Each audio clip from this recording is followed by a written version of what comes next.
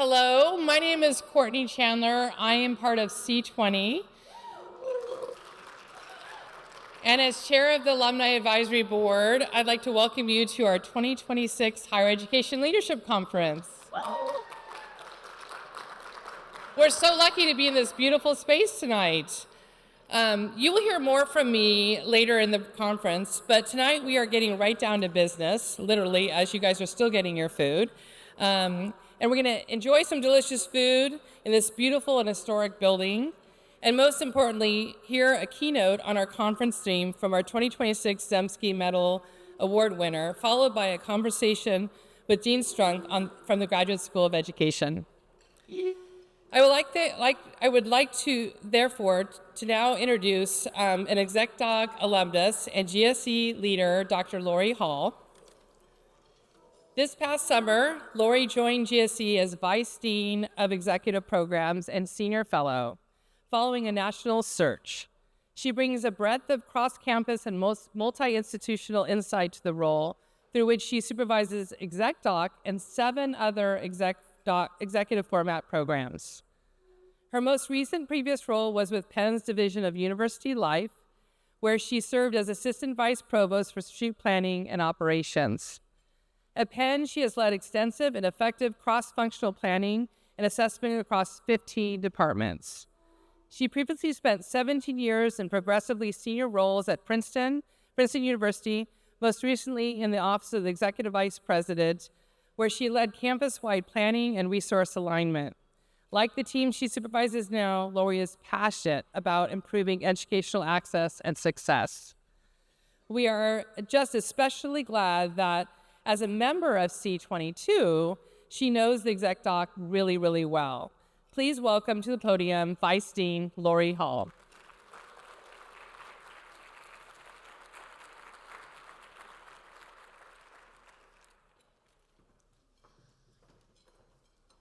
Yeah. Friends, colleagues, and fellow alumni, and distinguished guests, as Vice Dean for Penn's GSE 8 Exec Programs, thank you, Courtney. I offer a hearty welcome and welcome back. I specifically want to welcome you as members of a community of scholars and practitioners leading in the intersection of K-12 higher education, healthcare, government, and private sector, and we hope you will turn often. As a proud alumni of this very program, I will say I will meet you in Louis to continue this discussion at some point. We gather this evening for this special occasion. Since 2012, this alumni community has convened annually to present the Zemsky Medal for Innovation in Higher Education. This year's gathering is further distinguished by a milestone reflected in our setting, the 250th anniversary of the Declaration of Independence of the United States. Can we get a round of applause for the Declaration? These things, the Zemsky Medal, this remarkable alumni gathering, and the enduring role of education in the preservation of democracy frames tonight's program and the introduction of our exceptional keynote speaker. The Zemsky Medal. The Robert Zemsky Medal for Innovation in Higher Education recognizes leaders who have driven transformative change in colleges and universities. The medal bears the name of Professor Robert Zemsky, co-founder of this program, and a nationally influential scholar whose work has shaped various conversations on education's purpose, effectiveness, and public responsibility. Dr. Zemsky served in a senior leadership role at the National Research Center, chaired the Pew Education Roundtable, and has recently gained renewed attention for advancing the College in 3 movement. His legacy continues to shape how we think about innovation, access, and institutional effectiveness. I know he has some fans in this room, even though he's not here, so please join me in recognizing his legacy. Over the years, the Zemsky Medal has been awarded to an exceptional group of leaders, including Paul LeBlanc, the former president of Southern New Hampshire University, our own Amy Gutman, president emeritus of the University of Pennsylvania and retired ambassador to Germany, Freeman Hrabowski, President Emeritus of the University of Maryland, Baltimore County, and Carol Geary Snyder, President Emeritus of the American Association of Colleges and Universities. This evening, we are honored to welcome Professor Danielle Allen as the 2026 Zemsky Medal recipient.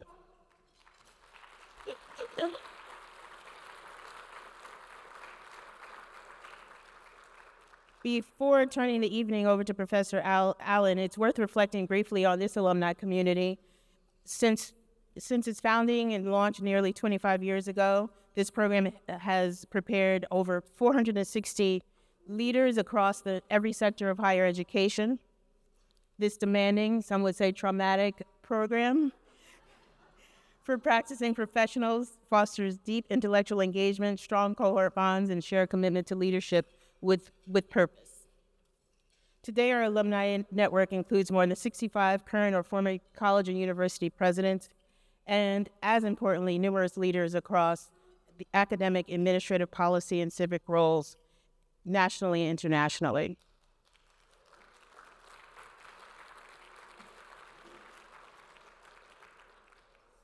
This year's Distinguished Alumni Award recipient, who we'll honor more fully tomorrow night,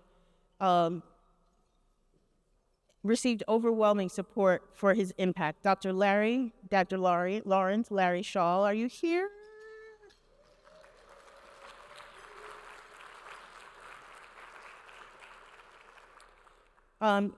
He currently serves as president of the New England Commission on Higher Education.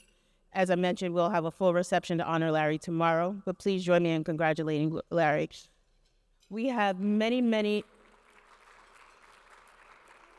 distinguished alumni, but we can only offer one award. So, Larry, you're it this year. We're also pleased to recognize milestone cohorts who are celebrating 5, 10, 15, and 20 years since graduation. If you could all stand and remain standing, we'd like to recognize members of those cohorts. Cohort 4, please stand. Having graduated 20 years ago. Cohort 9, Stacy, I know you're here. 15 years post-graduation. Cohort 14, 10 years out. And finally, cohort 19, 5 years out. We have some Penn swag to share with you on Saturday morning, along with a group photo and cohort photos. As a reminder, as you take photos this weekend, please feel free to share them and share them with Caitlin, share them with Eric, so we can build that portfolio. At the best, this conference allows us to step away from our daily demands and reflect together on leadership, purpose, and the future of higher education. Our keynote speaker embodies this spirit. Professor Danielle Allen has spent her career examining the relationship between education and democracy, work that aligns closely with Together for Good, the vision for guiding the Penn Graduate School of Education. Under the leadership of Dean Catherine Strunk, who in record fashion put together an inclusive strategic planning process that yielded Together for Good, under which we operate and move in GSC today. There are 4 interconnected pillars: preparing and sustaining highly skilled educational workforce, collaborating with local government, national and global communities on scholarship for the public good, bridging theories and practice to conduct research of consequence, and calling on us to consider the vital role that education plays in sustaining democracy. Catherine is nationally renowned for her partner-driven research and leadership, which has brought about multi-method collaborative scholarship to bear on pressing questions facing education and educators. We are grateful to James Strunk for joining us this evening to facilitate the conversation with Dr. Allen. Thank you, Catherine.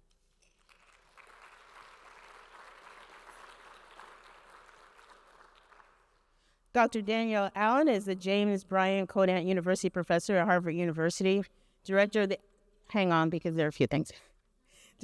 Allen Lab for Democracy Renovation at the Harvard University Kennedy School, and Director of the Democratic Knowledge Project at Harvard Graduate School for Education. A political philosopher, public policy scholar, nonprofit leader, and nationally recognized voice in democracy and civic education, She's the author of numerous influential works, including Our Declaration, inspired by her experience teaching students from profoundly different circumstances. Professor Allen is the recipient of the Library of Congress's Clue Prize, the 2025 Barry Prize, and is a contributing columnist for The Atlantic. She has founded, led, and advised major national initiatives, including the Roadmap for Educating American Democracy, a framework for securing excellence in history and civic education for all learners, K through 12, which resonates particularly with this group. She serves on numerous civic education boards and continues to translate scholarship into public impact through organizations she sustains. This evening, we add another distinction. Professor Danielle Allen is a 2026 Zemsky Award Medal for Innovation in Higher Education. She and Larry received enthusiastic choices by the Alumni Board and acknowledgement of leadership and impact and enduring influence. It is now my honor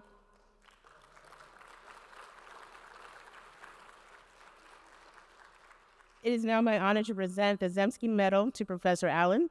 Please join me in congratulating her as she comes forward to deliver this evening's keynote address, followed by conversation with the instructor.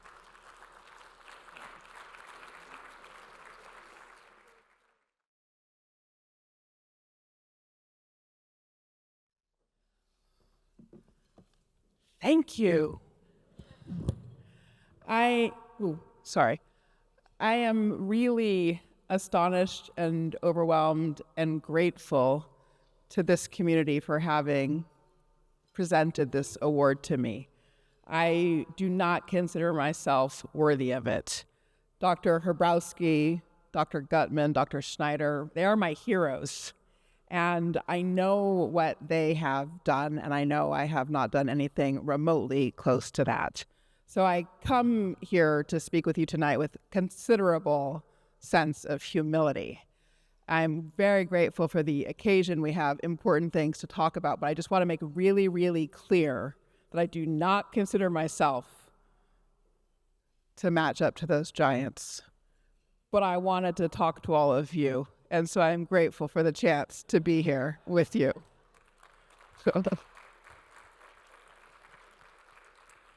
I want to thank Lauren and Dean Strunk, Dr. Hartman, for the generous invitation and for the warm welcome this evening. I got a little note to share. Cohort 10's the best cohort. The secret, they let me cut in line for dinner is what happened. So that was payback for that. So thank you. Thank you for that, friends. My theme this evening, and I'm looking forward to the conversation with the dean as well, is democracy and the role of higher education. As I understand it, that is what you also are reflecting on for the whole of your conference. So I'm going to begin by making the case for democracy. It's a regrettable fact that we actually have to make that case again. Despite where we sit, despite the fact that this is the 250th anniversary of the nation, we can't actually take for granted any longer that people understand and embrace the case for democracy. The way I share the case, the most straightforward way I have of sharing it is to let people know, to explain that for me, my essentially monomaniacal commitment to work on democracy is, in the first instance, a matter of my family inheritance. My granddad helped found one of the first NAACP chapters in Northern Florida in the 40s, which you've got to remember that Northern Florida is basically the same thing as Southern Georgia. And at the time, lynchings were on the rise. It was exceptionally dangerous work for him to take his life into his hands in order to try to secure the right to vote. On my mom's side, my great-grandparents helped fight for women's right to vote. My great-grandmother ended up as president of the League of Women Voters in Michigan in the 1930s. And my great-granddad, thank you. My great-granddad marched with suffragettes on Boston Common in 1917. And we forget how hard 1917 was. Woodrow Wilson, President Wilson, had called the military into the streets of D.C. to suppress the suffragettes. They were marching around the White House, and he called out the military to interrupt that. He was arresting lots of suffragettes. They were ending up in prison in abominable conditions. They were going on hunger strikes because the conditions were so bad, and then being very brutally force-fed. It's really blood-curdling when you read the history of the period. And I share these stories because that tells you something about how much empowerment mattered to both sides of my family. Both sides of my family saw empowerment as the bedrock for human thriving and well-being. Now, what does empowerment mean exactly? It means you can steer your own life in your private life, but it also means you can steer our shared public life together with others. We all live in a universe of rules and laws and norms and so forth. And if we don't have a chance to help shape those, help shape the world that we live in, then we're just taking other people's rules and frameworks. We are just essentially subject to domination. Maybe it's benevolent, maybe they're not so bad, but really it's still domination if it's just imposed on us and we've had no part in shaping them. So full empowerment is about ensuring that each of us has a chance to steer, again, both privately, but also together with others in public, so that we can achieve our full flourishing as human beings. We could spend a long time talking about the philosophy of flourishing and well-being that is connected to these ideas. But I like to share the story of my granddad and my great-grandparents because in both cases, what they were saying was, there's something that I value more, actually, than material comfort or safety or security. And what I value more is dignity, and specifically the kind of dignity that comes from empowerment, from freedom richly understood. Not freedom as just, leave me alone to do my own thing, but freedom understood as the chance to shape the world with others around you in a collaborative fashion. So that's the case for democracy. The case for democracy is that it really does actually provide the foundation for the best form of human flourishing, that every little seed inside a person that can grow into something can grow the most and most beautifully in conditions of freedom, and democracy provides those conditions of freedom. So then that brings us to the question of, well, what exactly is higher ed's role in the context of nourishing democracy, sustaining that project of freedom? And here, I want to just share a little bit about my own experiences of coming to understand the value and power of the life of the mind. They help me answer this question. So for me, the life of the mind first captured me on an elementary school playground thanks to the intrusions of a bully, a playground bully. I had a little friend, my best friend. She had another friend, and that other friend didn't want us to be three friends all together, and so she used fists and shins and ankles and stuff like that to keep me away from the first friend. And for whatever reason, I didn't think to go ask adults for help. I just retreated, and so I spent my third grade year walking around the edges of the playground at school every day during recess instead of talking to other kids. In other words, I found myself in a space of reflection, actually, the life of the mind. It's a strange story to tell, to think that a bully is what pushes you into the life of the mind, but so it was. And as I found myself walking around the playground, the wheels were spinning, the learning was happening. I was like, well, if a friend doesn't stick up for you when somebody else is bullying you, maybe they're not a friend. All kinds of things like this began to become clear to me. And so it's a strange fact that that moment of being pushed out was also a moment that gave me access to the power of thought to free us from difficult and problematic circumstances. I became a great student basically that year and from there forward. So it really is not a joke to say that it was that bully that actually pushed me into the life of the mind. Now, I had another experience that occurred when I was in college, different kind of experience, also a challenging one. It showed me some different lessons about the life of the mind. I got to Princeton in 1989, having been raised in a super conservative family. My dad was a Reagan administration official, chair of the U.S. Civil Rights Commission. And so I came to campus as, somebody stood out in a lot of different dimensions. Not that many black kids at Princeton at that time. Also, definitely not that many black conservatives, not that many conservative kids. etc. I also was somebody who wrote some for the student paper. And in my junior year, on campus, the Black fraternities and sororities had decided to use as an initiation rite the practice of having everybody dress all in black, walk in a single file line, and not speak to white students on campus. I didn't think this was a very good idea.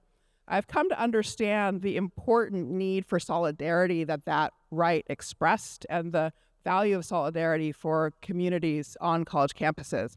I continue to think now, though, as I also did then, that we can pursue solidarity and practices of bridging at the same time, that those things shouldn't be pulled apart from each other. At any rate, at the time, I wrote an opinion piece in the newspaper, the student newspaper, critiquing this initiation rite. And the result was I got all kinds of blowback from all kinds of kids on campus, every direction, and really bad treatment. Name calling, got spat on one occasion. Definitely not pleasant stuff. And just as in elementary school, I retreated. Princeton has much bigger playgrounds than my elementary school had, but they're also great for walking on and spending time by yourself. But this time around, something different happened. One day, I was sitting in my dorm room. The phone rang.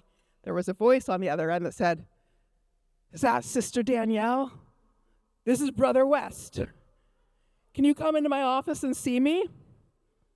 As most famous professor on campus calling my dorm room. I was stunned. So of course I went in to see him. It turned out he had heard what was happening on campus. He had heard about this conflict among different groups of students, and he called me in and invited me to just talk with him, to share my ideas, to share my thinking.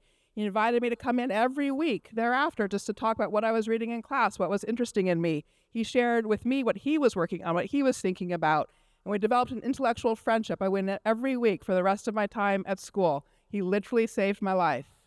And he did the same thing with the other kids who'd been on the other side of that conflict and talked with them and engaged them. And that's what teaching is, right? We don't walk away from those moments when our kids are in conflict with each other. Rather, we walk in with them and teach them how to be in conversation with each other. At the end of that year, that was the year of the assault on Rodney King in Los Angeles and the ensuing conflagration in the city. So we had rallies on campus, a lot the way we've all had rallies on campus in the last couple of years. And because of the kind of teacher that Professor West was, at that rally, I was there to speak, and kids on the other side of the issues we've been discussing were there to speak. We were all on that platform together. We did the hard work of thinking out loud in public, coming from different perspectives, different points of view, but all expressing our sense of commitment, of seriousness and urgency about the moment that we found ourselves in. So that taught me that the life of the mind is a heck of a lot better together with other people, including with people that you really have a different perspective from. It's not about a solitary affair. But what it does also, though, do is give you that chance to free yourself from whatever you might have brought in and to become an independent thinker in relationship to hard and difficult questions. The third moment that really taught me the power of the life of the mind and therefore the role of the university in a context of democracy came on September 11th. I was at the University of Wisconsin, Madison, to give a talk, and I was the sort of sidekick. The main speaker was a classicist, a professor named Josh Ober, who was going to give lectures on Thucydides. And then I was going to show up as, again, the sidekick to help do a seminar afterwards, sort of talk with graduate students. And on my way into campus, I was walking across the mall. Lots of stalls were set up, selling things of various kinds, bookstalls and the like. And I could see this huge crowd gathered around one of them. As I got closer, I thought, what is going on? I realized there was a little radio hanging from the corner of the stall. And the first tower had just fallen. And everybody was listening, trying to understand what was going on. So I was, as you might imagine, glued to the listening as well, to the radio, trying to understand. Eventually, I pulled myself away because I realized, I had to get over there to that seminar. But of course, I got there, and the question was, like, should we actually have a seminar about ancient Greece when one of the twin towers had just fallen? Was that an appropriate thing to do or not? And in the end, we decided to go ahead and have that seminar. And as we sat there and talked about this ancient democracy, ancient Athens, going to war with this other city, Sparta, a world that was riven by ideological difference, and where the story of Athens under the pressures of war was a story of a city losing its commitment to openness, losing its commitment to freedom and to free dialogue and to having strangers come inside the walls of the city. And as we sat there and sort of talked about this story, what it was like for ancient Athens to be under the pressure of war, our own minds came back to life. We entered into the conversation essentially in a state of shock. And talking about an experience of another society at a different time and place allowed us to start thinking again together. It allowed us to ask the questions of what does it mean to be a democracy under attack? What are we likely to lose? What's going to come under pressure? All the issues of speech under pressure in times of conflict that we have all been witnessing for the last few years.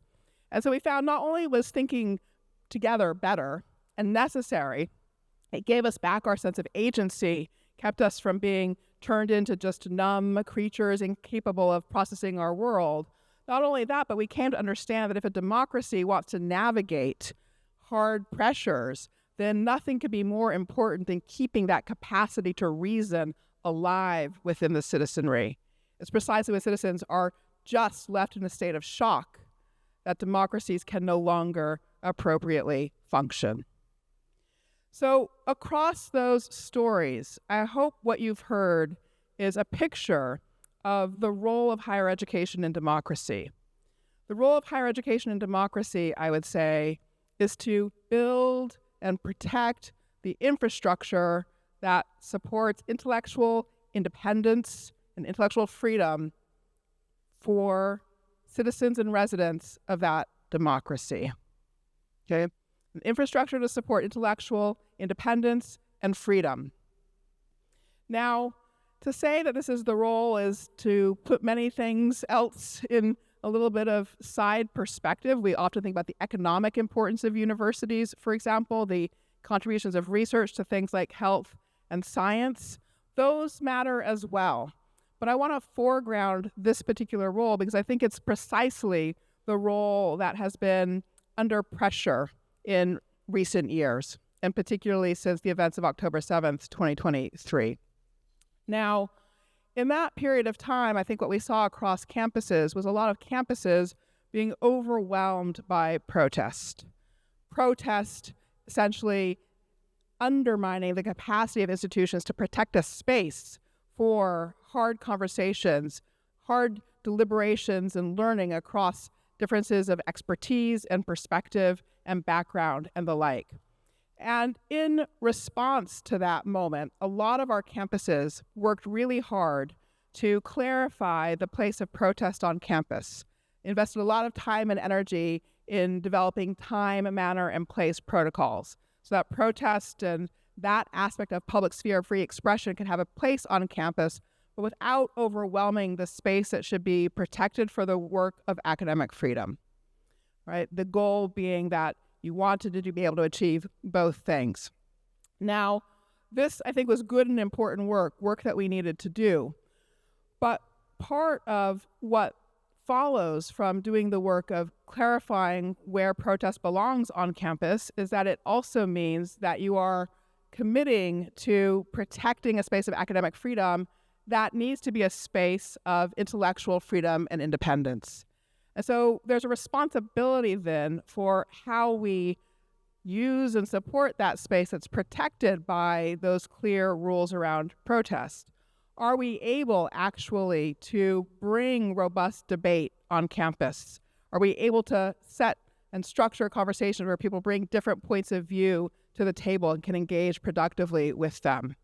I think, in all honesty, that we struggle with that across our sector, that we aren't actually so good at bringing the hardest questions to the table and actually running programs around them and teaching young people how to do that work of debating productively in contexts of civil disagreement with one another. The fact that we struggle with this, I think, is precisely why we are in a moment of conflict or tension with broader society. And here what I want to do is reflect a little bit on the nature of the social contract that links the American people to the system of colleges and universities. When we talk about the social contract that links the American people to colleges and universities, we typically focus in the first instance on the Vannevar Bush contract around science. The idea that the federal government will invest in science and universities will deliver for the country, and it will support economic progress, advances in health, advances in technology, and the like. My suggestion is that that contract, which we are quite good at thinking about explicitly, is only one pillar of the contract that should exist between a democratic people and its colleges and universities.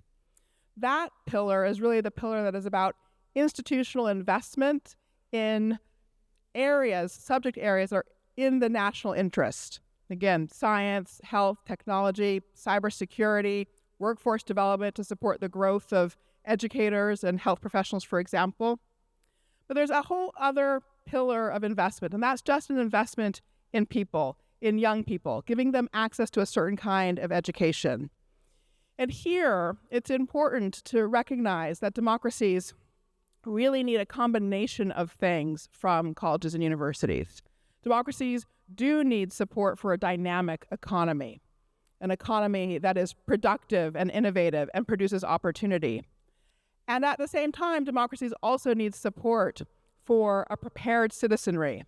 From the beginning of the country's history, one thinker and writer after another, from George Washington to John Adams, Ben Franklin, repeated over and over again that if you're going to sustain a culture of free and equal citizens self-governing each other, education was the most important thing that you needed for that. When we look across the country at our state constitutions, we realize most state constitutions have a right to education in them. And you look at the jurisprudence for that, and the jurisprudence that is justifying that right is that education is needed in order to have a responsible and effective, engaged citizenry. In other words, democracies from the beginning have been saying we need education to make sure that our citizens are prepared. And then, of course, we also need an education that supports the cultural pluralism, the rich cultural pluralism of the country. James Madison, from the very beginning, said if you've got freedom, you're going to have differences of opinion, differences of points of view, differences of way of life. And so when we are investing in kids on campus, then what the democracy is looking for is civic preparation and preparation of kids who are able to be leaders and work effectively in conditions of pluralism. Pluralism is a beautiful, capacious word. It brings all of our different kinds of differences into the frame. It means differences of demographic background, differences of faith, differences of viewpoint. All of these are aspects of who we are. None needs to dominate in our thinking about what kind of world we're trying to build. But cultural pluralism is a necessary result of freedom. And so that's the sort of third piece of what a democracy needs from colleges and universities. Now, how does this all relate to the idea that what colleges and universities really need to do is support the infrastructure for freedom of thought, independence of thinking? That activity, being in a space where debate across perspectives is possible, where we bring in all of our different backgrounds and can learn from each other, that independence is precisely what is needed to prepare citizens. That opportunity to learn the skills that help people bridge differences and help people debate productively is what you need for civic preparation. Those are also the opportunities and experiences that support living well and leading well in a culture of pluralism. So we have had an implicit contract, I think, between ourselves and the American people that when we educate kids, what we will be doing is supporting their civic development in such a way that they can bring free independence of mind, a free spirit in their conversations into public conversations with each other and into their work as citizens. Because that contract has been implicit, not explicit, I think we haven't paid enough attention on our campuses to supporting the civic learning of our college students. We haven't paid enough attention to supporting their leadership development for cultures of pluralism. And because we haven't paid enough attention to that, we found ourselves, again, in moments when speech crises were erupting on campus, unsure how to help young people navigate those crises. And as we were responding ineffectively to those moments, the country around us acted in anger and hit at the other pillar of the social contract, the science pillar of the social contract. All right. But of course, again, all of our colleges and universities depend on Pell Grant funding. We depend on loans, we depend on work study and the like.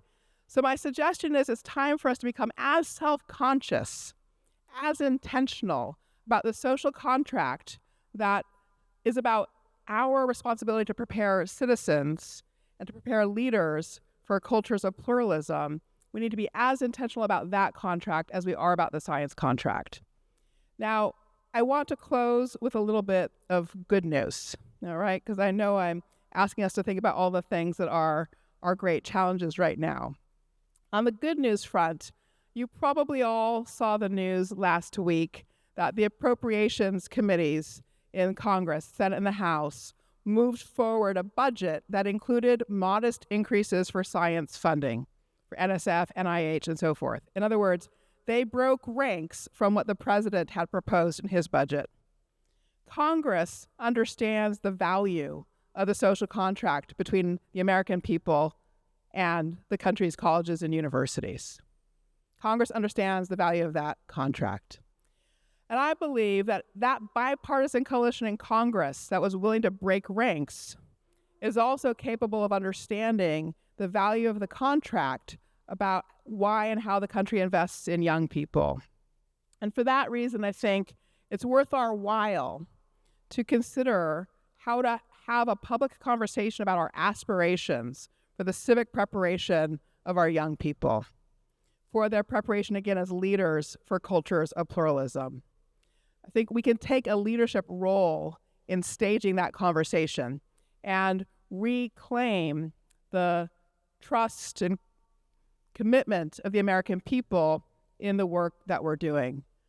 But I think we have to lead in doing that. I don't think it will happen unless we ourselves are ready to bring intentionality to the part of the contract which is about how we prepare young people for their lives as citizens in our society. There's so much more to talk about. I've only just scratched the surface, and I'm really looking forward to the conversation with your dean. But thank you very much for your time and for the honor of this occasion.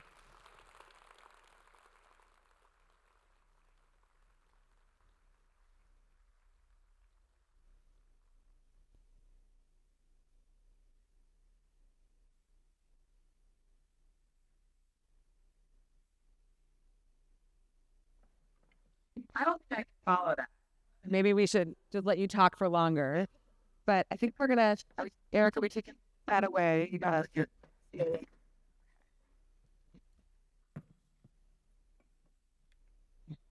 Here we go.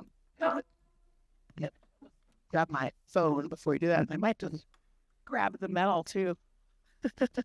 Thank you. Good evening, everyone. Good to see you all here. Thank you so much for joining us tonight. It's such a beautiful night to be in this amazing space with the perfect speaker for our 250th and for this particular conference theme.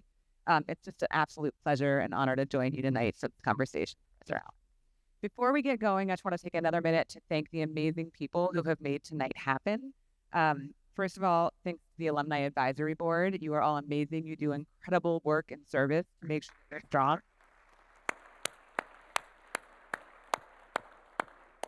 Special shout out to the conference co-chairs, Kate Moore and Rushi Watson. Can you just stand up?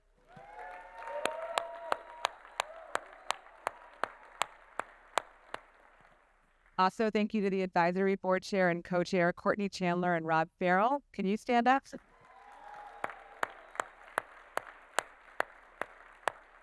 You guys split up, so we had to. And also, of course, thank you to Vice Dean of Executive Programs, Lori Hall, and to the director and the program manager and program coordinator for Exec Doc, Eric Hartman, Caitlin Hendrickson, and Keegan Mackin. You all have done incredible work, not just tonight, but throughout the night.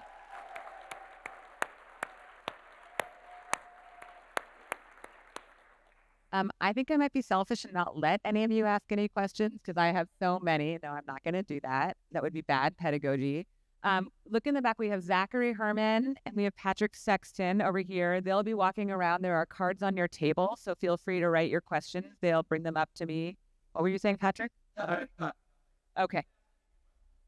Don't ask Patrick the questions. Write down your questions. He'll bring them up to me, and we'll have time for your questions, and we'll get some answers. But I'm going to kick it off selfishly. So as Vice Dean Lori Hall mentioned, we have 4 priorities going forward for Penn GSE, the fourth of which is really thinking about how we want to double down on the work of education and democracy. You spoke a great deal about that tonight from a higher education standpoint, but I do want to also note that you have a lot of work with K-12 schools as well. What have you found to be the most impactful strategies, both in the higher ed and in the K-12 level, of actually helping students understand the combination and the important interlinking between education and democracy? Oh, thank you for that question. I mean, you have hit one of my favorite topics. It's true. And I have had just the incredible pleasure of being able to work in the K through 12 space for the last more than a decade, as well as the higher ed space.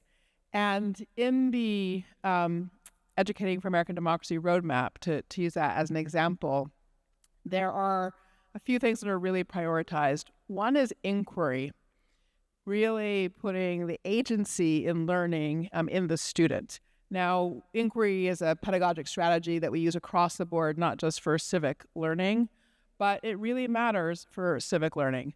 At the end of the day, what we are trying to do is cultivate not just a sense of agency, but also sort of the equipment of effective and responsible agency. And inquiry is very valuable for that. We also work really hard to make the point that you need to fuse learning core civic knowledge with actual experience, practical action. So project-based learning is important, and civic action projects and so forth. But it matters a lot that those things be linked up with learning core knowledge. And for a long time in the field, those two sort of buckets just kind of lived apart from each other. Pulling them together has been instrumental to much higher engagement and richer learning for students. That's great to hear, because we're thinking a lot about that at Penn GSE. Okay, so a second question I have is, where are we doing it well across the country? What as students of higher education do we see really doing exactly what you just said and incorporating into the pedagogy in all their classes and coursework? Well, I think there's a lot of great experimentation underway, in fact, and it has a lot of different shapes. So I think a lot of good models to look at. Stanford has introduced a new course that has nearly all first-year students taking it now, and soon it will be all first-year students, a course in democracy. But the great thing about that course is that they actually start by asking a question of, what does it mean to be a student at Stanford? Now, what is the purpose of your education and what is your role here? So the question about what democracy is really a question about taking responsibility for your own place in a community. So they start with Stanford, and then they do democracy, and then they do a sort of global context. So again, there's a lot of core knowledge and learning in the course, but it's also kind of connected to the role the student is then playing on campus. A different model is in the SUNY system, where John King, the chancellor, has introduced a civil discourse requirement across all of the campuses, and that's more of a single module. But again, it's important as much from a symbolic point of view as anything else to say, regardless of whether you're learning nursing or learning engineering or learning economics or history, every single one of you also needs this civic preparation. And I think that's the really important thing to recognize about the civic learning or civic education part of it, is that it really does need to touch all students. And so the question of how you find structures that are fit for the context you're in, but that can touch all students, seems to be one of the most important ones. That's hard on a large system like CUNY, maybe a little easier at a place like Stanford, where it's smaller. So one of the things that we think about a lot is, how do we help I'm going to call them adults, but we're all adults in higher education, but how do you help the instructors and the administrators? Because we're the ones that have to model, have to teach the courses, but we're not always well trained in how to have that kind of dialogue across different sorts of discourse. How do you think about how we support the faculty in this way? Yeah, no, I appreciate that question a lot, and especially because I'm actually working right now on trying to design a summer institute in pluralism. So I invite you all to think about it, or whether you have colleagues who might be interested. And partly it's to address exactly that kind of question. And again, I want to stress that when I use the word pluralism, I mean all three categories of potential difference. So identity categories of demographic identity, faith, and also viewpoint. They all sort of fit into the concept of pluralism. And I think modeling matters a lot. So, for example, today I had a student who asked me the question of, we are having trouble in this set of social clubs on campus actually having conversations right now about immigration. There are a lot of passions are running high. We think we should talk about it, but we don't know how. What can we do? And my answer was, okay, well, what you really need for starters is you need somebody to model that conversation. And when you are having somebody model it, you need at least 4 people with different perspectives having a conversation together. And the reason you need at least 4 and even 5 if you can manage it is because none of us, has any of the kind of flat perspectives when you sort of think about the ideological spectrum that we get put on in the sort of official buckets of parties and ideologies sort of flattens all of us. None of us have views as flat as those public pictures. And so when you have 4 people in a conversation, the kind of 3-dimensionality of people's points of view will come out. The person behind the position becomes visible. And with 4, you have enough different points. It just becomes a sort of essentially 3-dimensional space. If you only have 2 people, the conversation is likely to turn into just kind of adversarial binary. Or if you have 3 people, the odds of you getting a kind of 2-on-1 kind of accidental gang up are also very high. So sort of 4 is the minimum number of people that you need. And again, 5 is even slightly better. But if you can do that and set some norms for how people have this conversation, first, you get, every time you can have people model it, then it's easier for everybody else to do it. So when I'm trying to help people sort of enter into the ethics and practice of pluralism, I always start with modeling. We need to all practice modeling before we model in front of our students. Okay, can I get the questions from the audience? I'll ask my last one. Well, I have 25 more, but we'll have to talk later. Okay, so while they're finishing those up, You get a bonus. I get a bonus question. We hear a lot about viewpoint diversity. And when I talk to some people who are not in the higher ed space, they tell me this is just a fad. And just bear through it, head down, like everything else has been a fad. And, 2 years, it's going to be gone. What do you think? I disagree with that. I do disagree with that. I mean, you could hear that from my remarks. I've been an advocate that we needed increased viewpoint diversity since 2016, 17. John here will remember from the Harvard's Inclusion and Belonging Task Force report, we made the argument that the purpose of our work on this task force on campus was to ensure belonging that could support development towards excellence for all members of our campus, regardless of race, ethnicity, gender, sexuality, faith, viewpoint, family experience and background, maybe a military experience, maybe a migration experience. In other words, we used a pluralism definition right from the get-go in that work. And the reason we did was because we were hearing through surveys and other tools, focus groups and the like, from conservative students about a sense of suppression of speech on campus, not having the opportunity to speak out and speak up. And I would say, just speaking for myself, that I actually, for the last decade, I've done a lot of work across my different projects building cross-ideological networks. So, for example, I co-chaired a commission for the American Academy of Arts and Sciences on the future of American democracy. And we built an intentionally cross-ideological group of 40 people to work on that, because we knew if you don't get, ideas to work on that will resonate across different parts of the political spectrum, you will never actually succeed at changing anything. It will just become, captured in a kind of polarized box.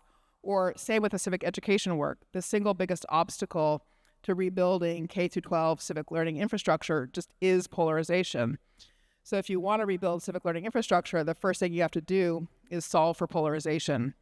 So for that reason, too, we built a cross-ideological network to build that roadmap. And once you start doing that, there's just no question but that you learn directly how limited a lot of our conversations are inside the higher ed space. And once you have the chance to have a broader conversation, the truth is the conversations we have on our campuses are boring. They're actually boring. It's much more interesting when we get all the people that we're not usually talking to in the conversation. I agree. Okay. So this is a great question because it starts with a compliment.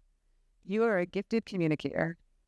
What advice do you provide to academic leaders who are fearful or reticent to speak up and to speak out like you do so easily? Oh, gosh. Thank you. That's a really generous question. And it's a nice question, too, because I had to learn how to do this. I didn't just start out talking like this. So it gives me the chance to talk about some great teachers that I've had. One is a man named Marshall Gans.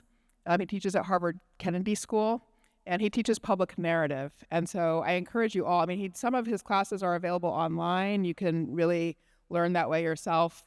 And Marshall, just for starters, one of his first lessons is stories are the most powerful thing human beings have. Human beings love stories. They are our most powerful teaching tool. Right? That's why we read bedtime stories to kids. And human beings have been telling each other stories from the beginning of time. And we all get too sophisticated inside our universities. We start thinking, stories, that's for kids. Yeah, we should be really telling stories. But stories is where it's at. And so if you could just give yourself back the kind of joy and pleasure in telling stories, that's where it all starts. Because the stories capture your perspective and the values that are at the center of what's driving how you're analyzing the world. And so when you share a story, what you're really doing is inviting people into your way of seeing things. And from there, it's been much easier to have a conversation or lay out an argument. So you need a story that shares who you are, and then you also need stories that are about us as community. And if you can link together the stories that are about yourself and the stories that are about us, you have a very sort of strong way of inviting people into reflection with you. So that's one really important lesson that has been life-changing for me. Right. I have two 14-year-old sons, and they tell me that they're too old for stories, so I'm going to tell them. That was a good story. Yeah, I'm learning fast. Go. Many universities are taking upon themselves to have institutional neutrality statements where they don't want to speak about anything that is not specifically about their own campus. Does this help or harm the case that you're making about the need for us to have this kind of open debate on campuses? That's such an important question. And of course, I'm going to sort of give a yes and, or both. Yes, it's helpful, and that there are challenges to sort of answer. I didn't really do a great job of trying to characterize the space that I think colleges and universities need to create and hold open for debate. I wanted you to have a kind of mental model where many of the institutional choices we make are made precisely in order to make sure that there are panel discussions and classroom offerings and dining hall conversations where many different points of view are present and expressed, and where there's a kind of comfort with a culture that makes that possible. And so then the question is what institutional choices do you need to make that kind of space available? And the protest policies are one of them. I do think the institutional neutrality policies are also valuable in that regard.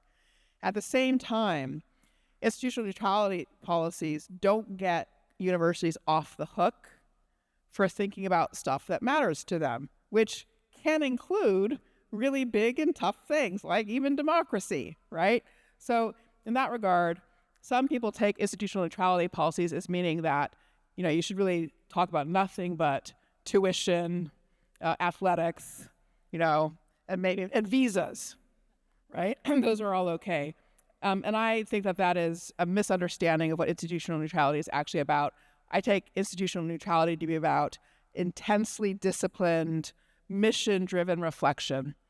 So the question of, what's your mission? Be really clear on your mission. If it's pertinent to your mission, you should be acting on it and speaking about it. But also let your speech follow your actions. You'll know it's mission-driven if there's a reason you need to take action on it. Did that make sense? Hearing affirmation from the audience. So this one was clearly written by a graduate of our exec doc program. Very fancy. So I'm going to read it out loud. Thank you for your presentation. When you discussed the social contract, it is a Lockean notion. Yet there is a Millsian notion of the social contract known as the racial contract, where race determines who has access to resources. How do you incorporate this contract when one considers Congress's cuts to student financial aid and the dismantling of the Department of Education? Right. Thank you. That was a great question. Whoever asked it. I don't know if, anyway, thank you. Great. Thank you. So there's a lot in that question, many layers in that question. The case I'm trying to make is that we can rebuild a contract with the American people that has been interrupted, and that we need to take on that project. That means making sure that the work we do on college campuses, I think, meets those needs of any democracy, and that we make the case for the work. How to put it? Take the time to speak in other people's contexts in order to win trust back again. There's just sort of a lot of work involved in that. That kind of work, from my point of view, should be about resecuring a contract that supports an egalitarian structure for our educational system. So, in other words, the questions of race and inequality need to be addressed by the practices that we have, and that needs to be part of the contract that we're rebuilding. So from my point of view, there's a bit of a difference between what's possible for a contract and what the sort of current politics of the moment are. And so with regard to the current politics of the moment, I think that's where, to me, that's a question of the political sphere, and what do we think is the right forward step in a context where funding is flowing through the states? You might do either of two things. One might decide to focus on the question of how states spend their money and how we can make sure that equity is a part of state policy, or one might spend time and energy trying to reverse the dynamics with the Department of Education. I have to admit, I haven't thought that much about that choice between those two ways of working. So in that regard, all I can say is I think as a political matter, there's sort of a very clear choice, sort of fork in the road for which way to approach the work. But in terms of the kind of substance of the contract for higher ed, I think we need to proactively ensure that the contract that we're trying to sort of win the American people back to is one that includes a fully egalitarian set of commitments. Amazing. Okay.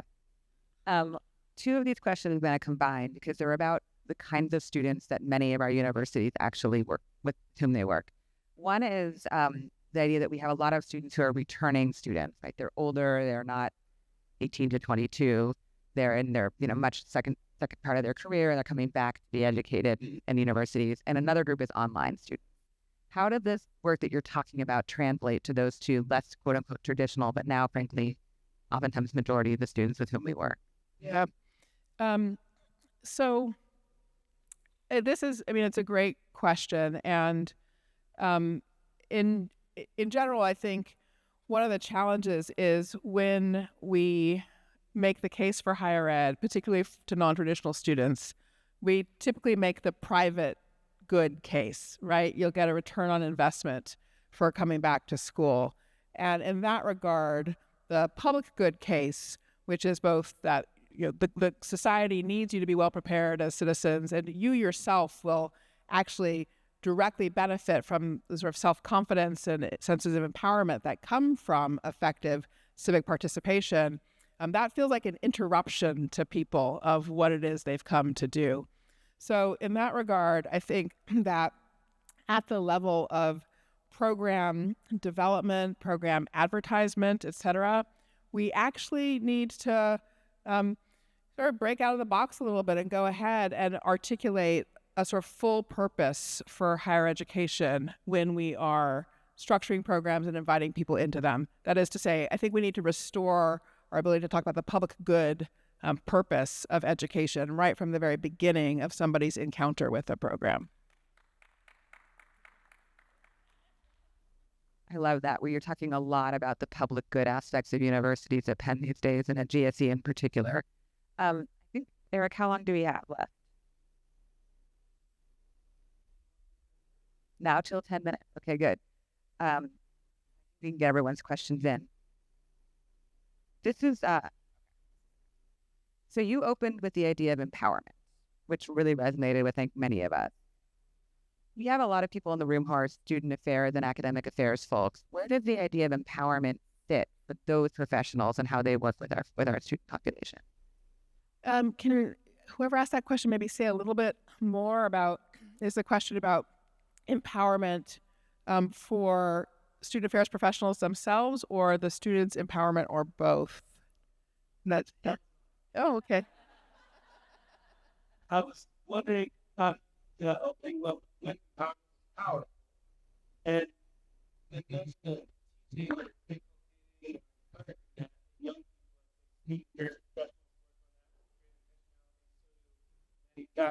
Got it. Great. Thank you for that question. I think that's one of the most important questions for us all to think about.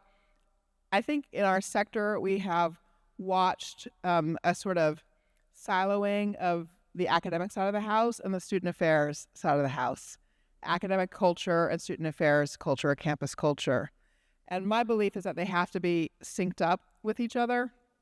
And the space of intellectual freedom and independence that I described, academic culture has to create that in the first instance. And I think student affairs and campus culture work needs to support that. And so the question is, how do you bring those two things into alignment with each other? But the important point is that, again, yes, they can be done separately. And the actual experience of having difficult conversations and being able to sort of walk through them and come out to the other side and know both that you have clarity about your own values and ability to understand the person behind the position for somebody else and a sense of some potential positive pathways you could move forward in conversation, that is empowering. It makes people less afraid of each other. And every time you take fear out of relationships with people, you have empowered people. So I think it's important to remember that that academic experience is actually hugely valuable for the campus culture aspect. This person writes, not to focus on the negative, but what might higher ed stop doing in order to promote democratic civic mindedness? Mindedness. What should we stop doing? All right, let me think. Well, I mean, actually, I will say, I think what we were just on would be one thing. I think we need to stop the sort of separation of academic culture and campus culture. So, for example, the Pluralism Institute that I'm working on developing, we're going to invite teams to come, pairs, one faculty leader and one student affairs leader to come as a team and to work together to think about how on the academic side of the house and the student affairs side of the house, they might actually have a sort of shared project. So that would be one thing. I also think it's important that we often think that we're not requiring anything of our students. We sort of live in a world where there have been sort of fewer and fewer requirements in the curriculum, often, right, sort of smorgasbord of choice. But actually, there's a lot of stuff that we do require in other parts of student experience. And I think we need to actually catalog everything we require and look at it as much from an academic as from a student affairs point of view. And again, have a kind of holistic sort of shared understanding about those requirements. So I guess I'm repeating myself. I think we need to stop sort of thinking of these two domains as separate from each other. And that can be hard to do when it's ingrained. Yeah. Okay. So I think the last question is, for me, we have been talking a lot on my senior leadership team about relentless optimism. Mm-hmm. It's been a tough couple years. We've dealt with unprecedented challenges. I keep on saying I want a precedented year. That would be great. And I'm thinking a lot about what makes me optimistic these days. what makes you optimistic about your work and the work of higher education in the areas that you're focusing on? I appreciate that. I had meant to say when I first came up to the podium, I said I was so grateful for the chance to talk to all of you. And I am sincerely, because the kind of resilience that you all are exhibiting in the jobs that you hold is just phenomenal. And it's a very inspiring human experience and accomplishment. So thank you to all of you for the work that you're putting in. And that resilience that I see in my own colleagues, and I'm sure in everybody here, is definitely a source of hope. Another source of hope is, I mostly work with learners who are in the kind of 18 to 22-year-old age range. And that time with them is very hope-bringing. For starters, they totally see all the problems. They see them all. They see them so much more clearly than we do. And if you have a room full of kids and they all go around, they're all describing the problem the same way, well, you know what? I have a feeling it's going to get fixed. Because if everybody actually has the same diagnosis, you're going to get a solution. So that time with young people is very, very hope-bringing for me. That's a good way to end. That we're here for our students, and they are bringing us hope, whether they're adult learners or young adult learners. I know that I feel hope every time I walk into a classroom, and I hope you all feel hope tomorrow as you have 2 days of wonderful time together on this topic. Thank you very much for joining us tonight. I don't know if you all know, Danielle flew in, and literally I think the wings were still on as you were coming from the airport. Thank you for joining us, and thank you all for letting us come in. Oh, thank you.